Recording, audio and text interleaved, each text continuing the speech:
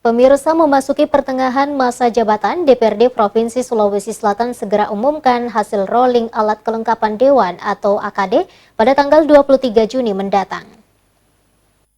Daerah IHPD Provinsi Sulawesi Selatan tahun anggaran 2021 kepada DPR. DPRD Provinsi Sulawesi Selatan periode 2019-2024 tidak terasa memasuki pertengahan masa jabatan.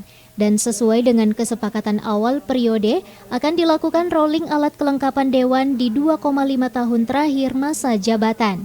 Syahrudin Alrif selaku Wakil Ketua DPRD Provinsi Sulawesi Selatan mengatakan, rolling AKD yang telah disepakati sama dengan awal periode, akan tetapi ada pergeseran nama dan fraksi sehingga pembahasan berjalan cukup alot.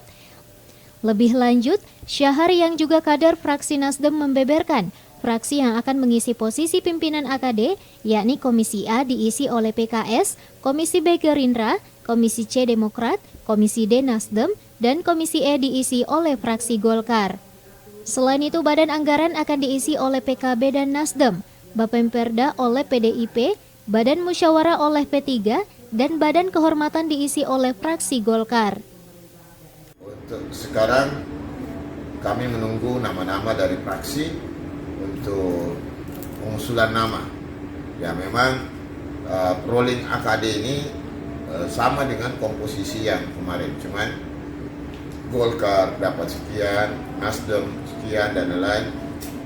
Komposisinya sama dengan tahun lalu di awal periode, tapi ada pergeseran nama dan fraksi sehingga ya itulah yang agak alot dan dinamikanya tinggi. Tapi sudah selesai. Rencana tanggal 23 Juni ini kita akan umumkan sembari menunggu nama-nama siapa yang menempati posisi akar itu dari fraksi. Saat ini pimpinan DPRD Provinsi Sulawesi Selatan masih menunggu usulan nama-nama dari para fraksi dan rencananya tanggal 23 Juni mendatang akan diumumkan pengisi AKD yang baru. Fitri Herunisa, Celebes TV.